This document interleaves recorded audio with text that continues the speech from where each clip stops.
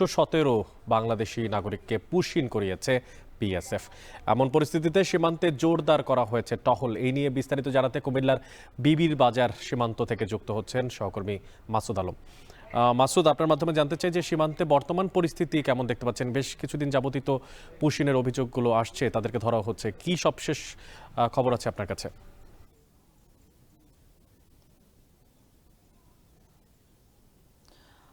গতকালকে কুমিল্লা সীমান্ত দিয়ে বিএসএফের যে আপনার যে পুশিং বিষয়টা, সেটার পরে কিন্তু আমরা দেখেছি যে কুমিল্লা সীমান্তের যে 95.10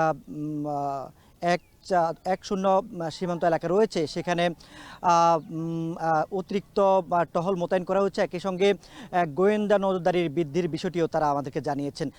তো গতকালকে যাদেরকে পুশিং করানো হয়েছিল তাদেরকে বিজিবি আটক করে তাদেরকে হেফাজতে নিয়ে যান বিজিবির।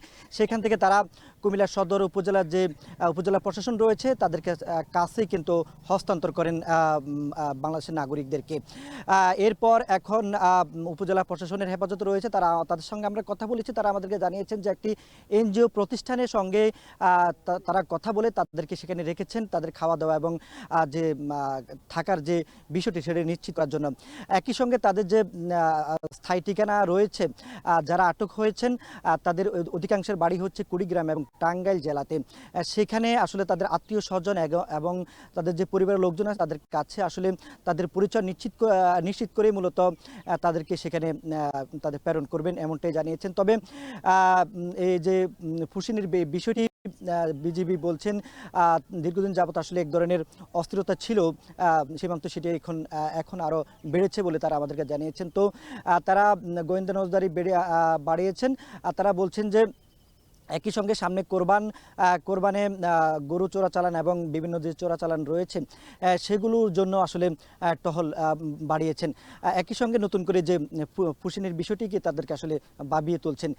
এই যে বিষয়টি ঘটছে বারবার, এতে করে যারা সীমান্তবর্তী এলাকার মানুষ রয়েছেন তাদের মধ্যে একটু আতঙ্ক রয়েছে।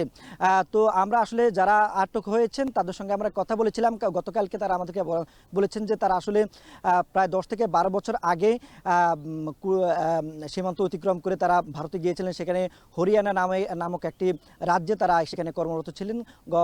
গতকালকে এখানে পুশিনের আগে তাদেরকে আসলে 10 দিন আগে আটক করেন এবং চোখ বেঁধে বাংলাদেশের সীমান্ত দিয়ে তাদেরকে পুশিন করানো হয়। তো অনেকেই ছিল কুমিল্লা থেকে সবশেষ।